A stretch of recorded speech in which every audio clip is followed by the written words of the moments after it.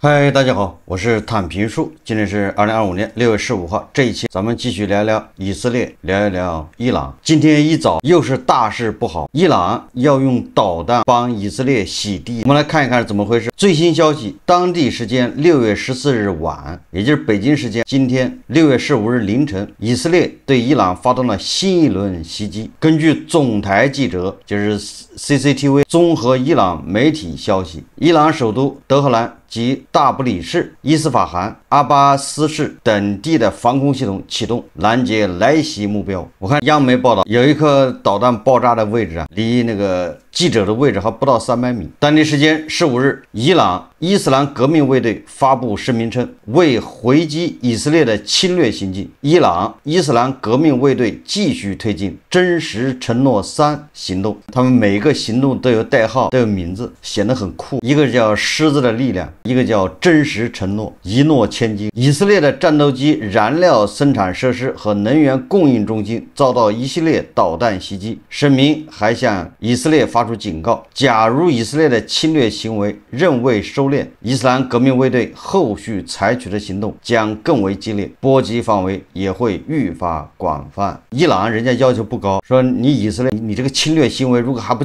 停止，我就要接着放导弹洗地。而这个以色列那当然还是继续蹬鼻子上脸。伊朗对以色列发动第3波，也就是什么真实行动3反击行动以后，也就是导弹洗地以后，以色列再一次展开多波次的空袭，且向伊朗发出最后通牒。以色列方面说，现在伊朗的天空敞开且毫无防御能力，其领导人面临着一个决定。什么决定？也就是伊朗人你现在面临这个决定，如果伊朗继续攻击以色列，那么以色列就可以攻击伊朗的炼油厂并摧毁伊朗的经济。如果伊朗让以色列摧毁伊朗的核设施而不做出强硬回应，那么以色列将保住伊朗的炼油厂，以准备好与伊朗全面开战。以色列国防军宣称，包括哈马丹和大不里士在内，伊朗多个空军基地遭攻击，其中大不里士基地被彻底摧毁，就连德黑兰附近的梅赫拉巴德国际机场也遭到空袭。以色列空军似乎已经夺取了伊朗上空的制空权。根据一些视频显示，以色列战斗机和无人机在伊朗上空，也就是德黑兰的上空，有条不紊地猎杀伊朗弹道导弹发射车和防空系统。以色列官宣，在伊朗的行动中将持续到至少2周，袭击已经击中了核目标和军事目标。据报道，还计划有进一步的行动。你说气人吧？以色列他居然宣布已经取得了伊朗西部和德黑兰上空的控制权，也就是制空权。你说这叫什么事？以色列居然隔着什么约旦、伊拉克隔空已经取得了伊朗的上空的制空权。以色列国防军发言人叫德弗林准将表示，以军仍在对伊朗进行打击。他说以色列空军已完成多波攻击，超过70架以色列空军战斗机参加了在德黑兰举行的夜间行动，这个夜间狂欢以实现对伊朗首都空中行动自由。以军袭击了50多个目标，其中包括防空系统。德弗林说在行动中，战斗机和无人机在德黑兰上空飞行了大约2个半小时。就是以色列的飞机在伊朗的上空，在德黑兰的上空能盘旋2个半小时，那还得空中加油。这不是来轰炸伊朗，这是跑到人家上空来狂欢来了，来庆祝。这个德弗林说，由于第1轮打击消除了伊朗防空系统的威胁，数十架飞机得以在德黑兰上空自由飞行。德弗林说，这是迄今为止以色列在伊朗境内最深入的打击。德黑兰不再具有防御力，首都面临着以色列的袭击。以色列人还放出了很多伊朗的德黑兰上空的视频。伊朗的上一轮所有的反击，据他自己说是几百枚导弹、几百架沙赫德无人机。今天伊朗宣布说要发射2000枚弹道导弹，这不是威胁要帮以色列洗地吗？导弹洗地，导弹雨终于来了。双方的战果怎么样？伊朗对以色列的反击造成以色列中部3人死亡，上百人受伤。根据这个以色列急救组织报告称，伊朗当地时间6月15日凌晨对以色列中部地区发动了新一轮导弹袭击，造成死亡人数上升至3人，另有125人受伤，其中5人伤势严重。根据以色列媒体报道，首轮也就是14号号晚上，首轮对以色列海法等北部地区的袭击，造成了5人死亡，数十人受伤。也就是到目前为止，伊朗的导弹反击，还有沙赫德无人机的反击，给以色列造成的死亡人数大概10个人左右，不超过10个，受伤的恐怕有几百人。但是这都是不完全统计，根据媒体报道，伊朗宣称再次打下以色列的 F-35战斗机，同样以色列予以否认。这个伊朗人号称，就这几年里面，他已经击落以色列的 F-35，好像有几十架了，对吧？就这一轮反击，他已经击落3架。我看了一下媒体报道，甚至他不是说已经抓住了一个以色列的飞行员吗？女飞行员。整个以色列从美国买了多少架 F-35，这个都是有数的。这个就像极了俄罗斯国防部，他每天宣称击落了、摧毁乌军的多少架海马斯，摧毁的数量远远超过美西方援助给乌克兰的这个海马斯的数量。这个咱们以前节目里经常介绍。这少一股就是俄罗斯人，他们是在战鼓后面加一个0，加一个0是什么意思？就是乘以10，就是乘10什么意思？就是好歹你得有，对吧？他确实摧毁了一辆海马斯，他后面加个0变成10，这叫夸大。那伊朗那更厉害，伊朗是我这么一看，伊朗那是少一股的师傅啊。伊朗人就是凭空捏造，从无中生有，他没有他给你造一个或者2个或者3个。所以说要论这个夸大战果这一块，伊朗确实波斯人比这个毛子还是要厉害一点，他可以凭空捏造。你把这个 F-35击落了，你赶紧拿出来给大家看一看。伊朗人也放了一段视频，结果被网友发现击落那个 F-35视频，又被网友发现他这个是游戏的一个画面，像极了上个月印巴冲突的时候，巴基斯坦说击落了法国的阵风战斗机，好像网上也大量的视频，后面被人指出这个视频是游戏里面的画面。你说为什么都是一个德行呢？我们看以色列的打击效果，以色列是什么呢？那就典型的叫人狠话不多啊。根据德新社6月14日报道，伊朗称又有2名将军在以色列袭击中身亡，这时被杀害伊朗高级军官总数升至8人。就这个可以看出，人以色列针对的目标就是伊朗伊斯兰革命卫队的高官。据伊朗国家电视台14日报道，古拉姆·雷扎麦赫拉比和麦赫迪·拉巴尼均为伊朗武装部队总参谋部主要成员，2人在以色列的轰炸中身亡。这个叫麦赫拉比曾担任总参谋部情报部门副主管，拉巴尼为行动副主管，也就是给伊朗的军事情报部门一个沉重的打击。截止到6月14号中午，以军确认在此前的军事行动中成功击杀9名伊朗高级别科学家，称这些科学家正在为伊朗获得核武器计划做出贡献。这个伊朗一共有22个核科学家在以色列的扑克牌上面，现在一次这才2天就已经干掉了9名了，剩下还有13名，也瑟瑟发抖。高级军官已经斩首了8名。所以说这一轮双方互殴效果那是非常明显。以色列和伊朗进入互砍阶段，现在就拼谁的血条更长，谁打击更精准，谁成本更低，对吧？伊朗向以色列发动了5轮弹道导弹打击，发射了一共是300枚弹道导弹及大量的小摩托无人机，攻击特拉维夫国防部大楼、内瓦提夫空军基地等150多个目标。从6月15日凌晨，伊朗开始袭击以色列的能源设施，以色列的海法地区遭遇导弹袭击，伊朗弹道导弹击中以色列最大的石油加工设施海法炼油厂，以色列的战斗机燃油生产设施和能源供应中心遭到伊朗导弹的袭击。那么以色列也要开始打击伊朗的能源目标，包括炼油厂和液化天然气设施、燃油存储设施以及港口设施，这个正中地保老人的下怀。以色列时报14日援引以色列国家安全顾问哈内格比的话说，以色列不太可能通过军事打击完全摧毁伊朗的核计划。我昨天就说了，以色列不管怎么打击，你除非派地面部队扫大街，否则你靠空军去炸呀，那肯定不能摧毁伊朗的核能力。但是你可以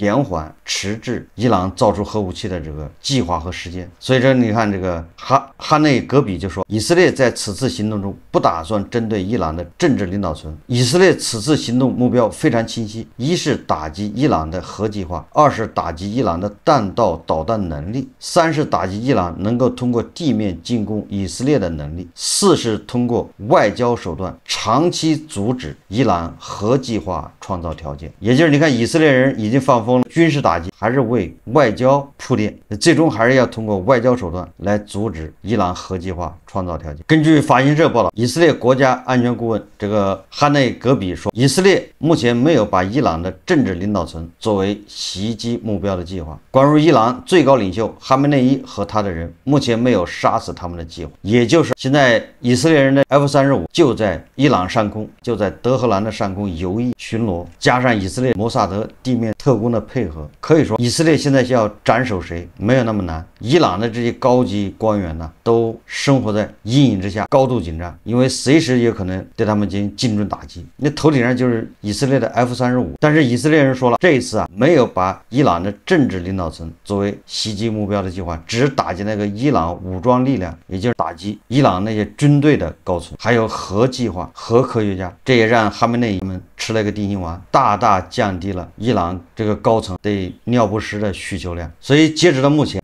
无论伊朗是进行了第几轮反击，以色列是第几轮打击，双方是互殴，这个态势非常明显。以色列是精准打击，控制了伊朗的制空权，想炸哪儿炸哪儿，弹无虚发。而伊朗人的反击呢，你别管那是300枚弹道导弹还是2000枚弹道导弹，那基本上就是反击个热闹，就像开盲盒一样的，发射出去就完了。至于炸哪儿了，有没有击中目标，这都不重要。所以你看，他炸的导弹挺多，挺热闹，给以色列造成的这个伤害、造成的损失非常有限。但是反过来，你看以色列给这个伊朗造成的这个伤害和损失，那是无法估量。伊朗就典型的就是煮熟的鸭子嘴硬，全世界都在看笑话，也再次证明俄罗斯人的是什么俄式防空系统，什么 S-300、S-400，什么铠甲，那典型的就是聋子的耳朵，就是个摆设，是吧？但凡它能发挥点作用，也不至于让以色列人这么快就拿到了伊朗的制空权。这个战这么打下去，伊朗是耗不起的。那弹道导弹多贵，2000枚，即便伊朗有，你把这2000枚发射完了，伊朗再也造不出来了。这不就跟俄罗斯一样吗？俄罗斯一天到晚吹牛，对吧？它是第2军事强国，那它现在导弹也不富裕，攒1个月才能100枚导弹给乌克兰批发过去。伊朗如果库存的弹道导弹打完，以色列再把它的炼油厂炸一炸，它没有了换外汇的这个能力，它拿什么去造这个弹道导弹？我们再看看这个伊朗人的骚操作，就为什么说全球都在看笑话呢？法国昨天表态说的比较模棱两可，要他们捍卫以色列的什么叫防卫权。英国就更直接，他要往中东地区派出他这个飞机，空军要进驻，要帮以色列防卫。结果你看，伊朗警告英法美勿帮助以色列。周六，伊朗警告美国、英国和法国，称若他们协助以色列阻止伊朗对以色列的袭击，他们在该地区的军事基地和舰船将成为伊朗的袭击目标。美国官员于周五证实，美军协助击落了伊朗发射的针对以色列的导弹，英国据信未参与其中。周五有报道称，英国正密切关注德黑兰大使馆工作人员的安全，担心他们可能成为报复目标。美国和加拿大已关闭驻德黑兰的使馆，也就是伊朗人现在威胁美国、英国、法国，如果我打这个以色列，你们要帮以色列，那我连你们一起打，就这意思。这一下就有了慈禧太后的即视感，他连这个以色列都搞不定，他还同时向英国、法国、美国宣战，你说这个不是闹笑话了吗？这还没完，6月14日消息，伊朗议会国家安全和外交政策委员会委员库萨里表示伊朗正在考虑关闭在向世界市场供应石油方面发挥重要作用的霍尔木兹海峡。这位伊朗议员指出，伊朗将毫不犹豫地做出适当决定。伊朗人现在莫名其妙的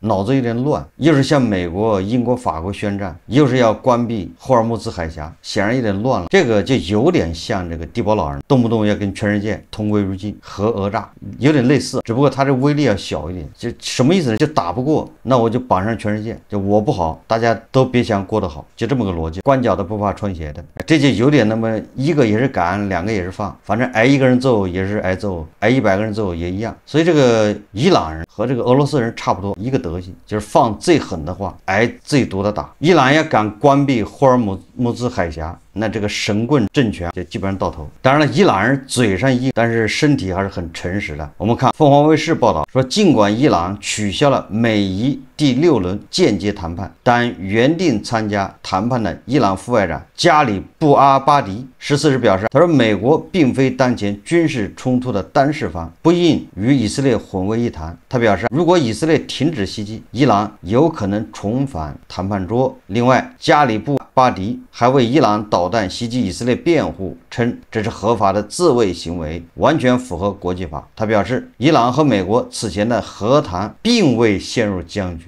谈判仍在进行中。以色列的攻击意在破坏谈判进程。加里布阿巴迪还透露，以色列在空袭中有部分战机是从伊拉克境内起飞的，这一行为不可接受。确实，要从以色列起飞，那路程太远，飞去还得飞回来，要全部是空中加油也够呛。所以它有一部分战斗机恐怕是从约旦、从伊拉克啊美军的基地起飞。你看，以色列也说了，我军事打击手段是为了外交谈判做准备，我也不指望着通过一轮军事打击把它的核能力全部摧毁。那也就是以色列人放风还是要谈判。那你看伊朗人也是这个态度，伊朗的副外长，以色列是以色列，我们在跟美国谈核问题，又不是跟以色列谈，所以以色列打那是以色列，我们跟美国谈的还是可以的，谈判并未陷入僵局。现在以色列只是干扰，如果以色列停止袭击，那我们还可以重新回到谈判桌，接着谈判。所以说，伊朗人煮出的鸭子嘴硬了。这个特朗普总统在接受CNN记者采访的时候，他说不是不想谈，是实在没办法，说我所接触的伊朗谈判代表都已经死了，说只能期待新一轮谈判。你说这叫什么话？这以色列人把伊朗的谈判代表全炸死了。但是哈梅内伊的这个高级顾问据说是被以色列人炸死了，重伤，在医院应该是救治无效死了。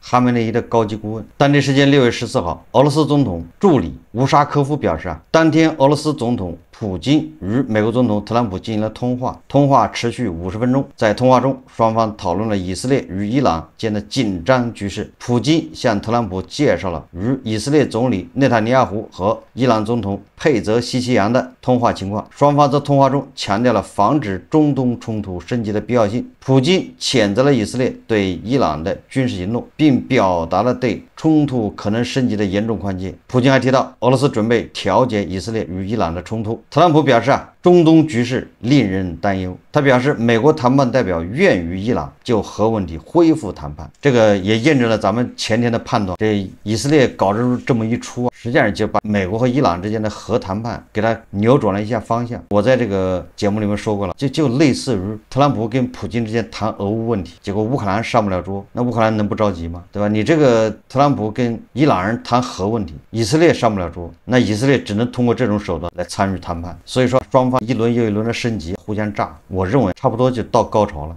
伊朗它电视镜头画面也够了，这个可以用来反复一下国内宣传，对吧？以色列现在是一片火海，以色列的战斗机被摧毁多少架，对吧？以色列人现在痛不欲生了，在后悔，这国内宣传也够了。那边跟美国该谈还得谈，你看特朗普已经表示要恢复和谈，以色列说要谈判，这伊朗人也是已经暗示了，你只要以色列不再攻击我，咱们就谈判。所以我说，本来伊朗反击是个意思，大哥要面子，大哥要对国内有个交代，大哥还对外面还有一些小兄弟啊，毕竟还藏在转入地下，什么哈马斯什么珍珠的胡塞武装，伊拉克还有民兵组织，这些抵抗之狐现在虽然不够活跃，转入地下，但是大哥还得给他们做个榜样，大哥挨人耳光子了，他不象征性的反击一下，让小弟以后怎么跟着混，所以必须反击。但这个以色列他就不讲武德，对吧？伊朗反击你就忍一忍就完了，结果他蹬鼻子上脸，还把人家这个伊朗的制空权给夺了，叔叔能忍，婶婶忍不了，所以又要清一波导弹库存。所以伊朗喊话，你以色列不要再反击了，你这样就行了。这伊朗人家说到做到，你打我一下我也还了一下，现在你打我3下我也还了3下，所以叫什么真实承诺3行动。你要再反击，那我还反击，也就是说你以色列你这不再进一步动作，那咱就结束了。以色列人不行，他说我还没炸够，为什么？伊朗的核能量这个损失还不够。现在有媒体报道说，以色列已经向美国提出请求，寻求军事支持，以打击伊朗地下核设施，特别是位于山体深处的福尔道燃料浓缩厂，那主要是浓缩铀原料在哪儿？由于福尔道的地理位置，以色列空军和现有的武器难以摧毁该设施，也就是没有办法去炸，必须要用那种大威力的穿甲弹，也就是钻地弹。美国拥有大威力穿甲弹，就是3万磅的，这个就是专门为那个地堡设计的。所以一提到这玩意，地堡老人就头疼，如临大敌。这玩意能钻到地下10几米，然后再爆炸。所以以色列向美国人请求支援，要这种钻地弹。所以伊朗现在应该是痛定思痛，这个神棍政权，对吧？他到底在搞什么？伊朗精心构筑的抵抗之湖全面瓦解，对吧？你看叙利亚的政权更迭，伊朗势力被逐出叙利亚，不要说伊朗了，连俄罗斯都要赶出去。黎巴嫩的真主党腰子炸坏了，眼睛炸坏了，现在都蛋疼。哈马斯基本上一副扑克牌都不管用了。胡塞武装昨天根据央视报道说，总台记者综合多家以色列以及美国媒体消息，以军当地时间6月14日晚袭击也门，目标为也门胡塞武装与伊朗之间的行动协调室，目标人物涉及胡塞武装总参谋长叫加马里以及他多名胡塞武装高级领导人。据美国媒体报道，以色列本次行动失败，也就是以色列还空袭了这个也门的目标，想依次把他们也是一网打尽。伊朗和以色列之间相隔1500多公里，在以色列周边并没有伊朗的盟友，对吧？抵抗之虎已经歇菜了，失去前沿支点和盟友的伊朗无力独自发动对以色列有力的报复行动，所以只能是盲射。放导弹、放无人机，这种更多的是给伊朗国内的人看的。大家可以看视频，那每一轮导弹发射，那伊朗还有人欢呼，伊朗也没有办法将冲突扩大到地区战争的可能。伊朗现在唯一还能攀得上关系的就是俄罗斯，但是俄罗斯恰恰是最不靠谱的盟友，关键的时候是要拿你做筹码跟美国人交换。伊朗典型的是技不如人，野心呢远远超过他的实力，有野心但是没能力，所以这就成了一个悲剧。伊朗就成为大国在地区冲突中如博弈中的棋子和弃子，这就是伊朗的尴尬处境。如现实，恰恰他这个伊朗的野心和实力不匹配，就是他的神棍政权导致的。如果这个神棍政权只在伊朗国内霍霍，那别人也没法说什么，但是他还要往外输出革命，也就是你看伊斯兰革命卫队就是干这个事的，你还往外输出革命，你挨打那是活该。所以接下来局势发展，我觉得跟以色列轰炸伊朗的核设施还有关系，也就是以色列人觉得炸够了，差不多了，再炸没有什么收益了，那自然他就停了。以色列只要一停，伊朗马上就宣布取得了全面胜利。以色列人现在非常后悔莫及，以色列受了内伤，大家继续谈判。好，这期节目我们就聊到这里，感谢大家收看。如果喜欢我的节目，欢迎订阅转发，也可以在下方留言评论，谢谢大家。